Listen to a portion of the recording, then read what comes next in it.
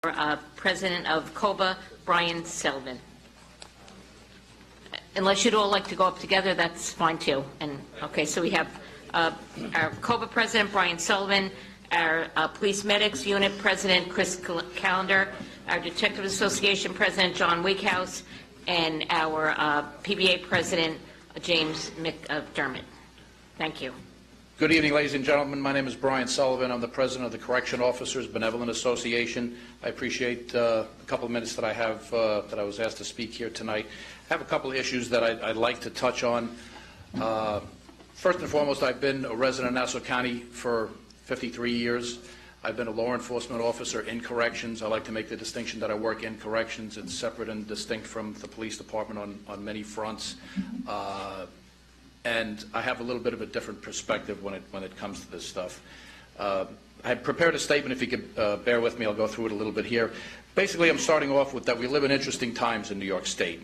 On one hand, we're releasing cop killers, giving them the right to vote, decriminalizing what is now deemed to be low-level crimes despite proven law enforcement initiatives that show how the broken windows method of policing actually lowers crime, the wholesale emptying out of prisons on both the state and federal level, wholesale changes in administrative segregation in our prisons coming from the state, leaving the general population in our jails vulnerable to dangerous and violent predators. Then we come to the huge push of legalizing the recreational sale, use, and possession of marijuana in New York State. On the other hand, the opioid crisis rages on in New York State, particularly here on Long Island, where we've had countless deaths related to drug use and abuse, many tens of thousands of deaths nationwide. Gang violence continues to plague us here in the beautiful suburbs. We buried our heads in the sand long enough on that issue, but it obviously can't be ignored anymore, especially when we're finding bodies in the parks of our suburban beautiful playgrounds out here. These are the issues for numerous committee meetings and town halls that should be conducted with the input of sane-minded people who should have the best interest of our communities and our children at heart. Not just crazies who think that the doors to Looney Town should just be thrown open because people should be allowed to do whatever they want, no matter what the price is to our society and to the individual liberties of their fellow citizens. To be clear, I work in the field of corrections. I don't claim to offer any medical or psychiatric advice on this matter, but after working in corrections for over 30 years, I have enormous experience in dealing with the drug addicted and what the effects of chronic use of marijuana can have on individuals. I only espouse my personal beliefs in this area, but I am an elected official of my union and I represent my members. But I bring attention to research that I've done through the National Institute of Health, the National Institute on Drug Abuse, that coincides with my personal experience in my field. To the matter at hand, there is a lot to be said for the medical use of marijuana and its components. First and foremost, the various uses for patients suffering from cancer, the treatment of nausea during chemotherapy. We've all been touched by cancer, and I'm sure a lot of our family members would love to have something to take care of some of the palliative stuff at the end of their lives. I've dealt with it. Its use as an appetite stimulant in AIDS patients, the use as a pain remedy for those with chronic pain or MS, for example, even the use of medical marijuana as a treatment against opioid dependence. Two recent studies by the Journal of the American Medical Association found that Medicare Part D prescriptions filled for opioids decreased by 2.1 million doses in states that had medical marijuana laws. But this is the medicinal use of marijuana, not recreational use. Medicine in all forms have benefits for treating all types of illness, but they should never be used recreationally. Just look at the abuse of opioid painkillers in this country. This is where this whole scourge started in the first place. Misuse of painkillers, turning people to heroin and fentanyl after their prescriptions run out and they can't get any more medication. Now, again, from the National Institute of Health, I'd like to give you a little bit of study information on the effects of marijuana, particularly in our young people. Regular use results in long-lasting effects on cognitive development. Heavy use begun in teen years contributes to declines in IQ. Several studies have shown an average decrease of 8 to 10 IQ points that don't ever come back, a significant decline in verbal ability. Then there's the negative effects in the hippocampus. I had to check the spelling on that. The hippocampus of your brain that is critical for learning, memory, concentration, coordination, sensory and time perception, the ability to perform complicated tasks. Most importantly, a negative effect on reaction time, which is critical for driving. Has anyone driven on the Southern State Parkway lately? I drive it every day. All you smell is marijuana from one end of the Southern State Parkway to the other. The National Institute of Health states that those who regularly use marijuana and drive are up to 7 times more likely to be involved in and cause automobile crashes. Regular use also results in operating on a reduced intellectual level consistently. Studies find that adolescents who use regularly were significantly and statistically less likely to finish school or obtain a degree than their non-using peers, which translates to lower income potential in the future, welfare dependence, unemployment, the potential for criminal activity. Then there's other physical problems, lung cancer. We're constantly trying to stop people from smoking tobacco and spending taxpayer dollars on anti-smoking initiatives. There's a lot going on now with this vaping stuff. Everybody wanted to get vape in. Now we got to get rid of vape because it's dangerous to people's health. Not to mention the burden on the healthcare industry. But now we want to legalize recreational marijuana, which has the same levels of tar, dangerous chemicals that make people sick from cigarettes. It's actually a little bit mind-boggling to me.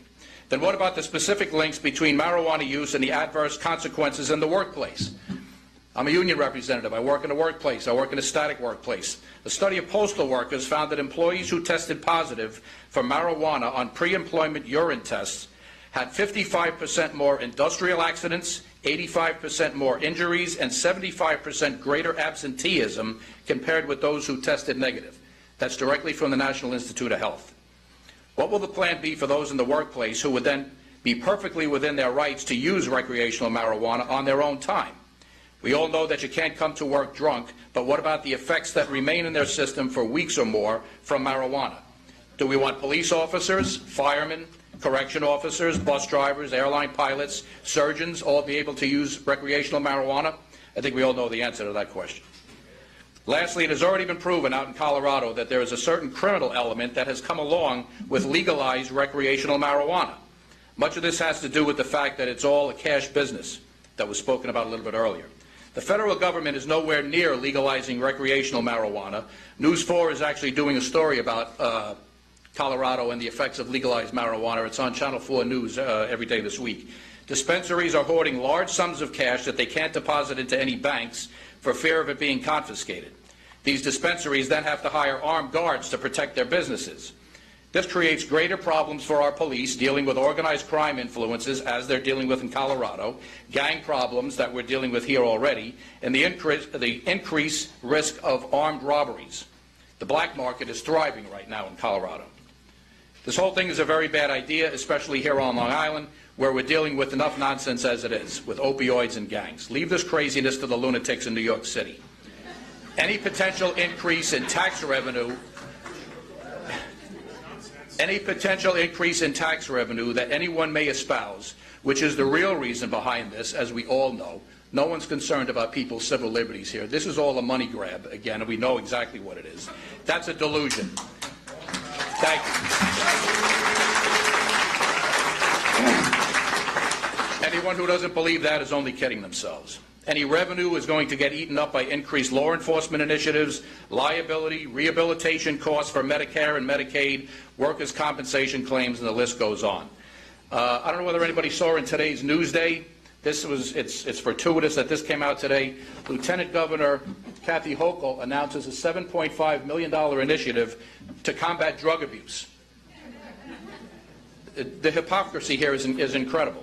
3,700 dead since 2010 in New York State, the Lieutenant Governor spoke about today. That's her words. I'd like to verify those numbers. I know there's been 800 here on Long Island in the last few years. How does the Lieutenant Governor, who works for Comrade Cuomo, for lack of a better word, get up and talk about $7.5 million into drug abuse, to combat drug abuse, and then these are the same people that are pushing to legalize marijuana? It's mind-boggling to me. We also talk here a lot of times. You know, I come here for home rule messages. I come here for legislation. We talk about unfunded mandates. All these things that are going to be coming from the state, you're talking about a lot of unfunded mandates that's going to cost the taxpayers a lot of money. You're going to need more police officers. You're going to need more equipment. You're going to need more counselors. You're going to need all types of things in the county hospital. To say that any of this is just what it is, and we're going to get tax revenue out of this is disingenuous. We also have an issue here about, I believe Legislator Kennedy brought up, what are we going to do about how do we prosecute people that are eating edibles, somebody sitting in a park. I've talked here consistently about crimes that don't get prosecuted in Nassau County right now. Correction officers get assaulted in the jail every day. They don't get prosecuted the way they should by the DA's office. Every day, the police officers are arresting people in Nassau County. They bring them into arraignment court. Arraignment court judges are letting people walk out the door on gun charges, heavy-duty drug charges, heroin labs. They're walking out the door on little to no bail. To go to your point, no one's looking for people eating edible gummy bears in a park. That's a delusional thought. But what's the idea? Do we give in? What's next? We're going to be decriminalizing hallucinogens. Let's get rid of heroin. Heroin's a big problem. Let's decriminalize heroin. Make it easier. We'll tax them all. That's all I have to say. Thank you very much for the time.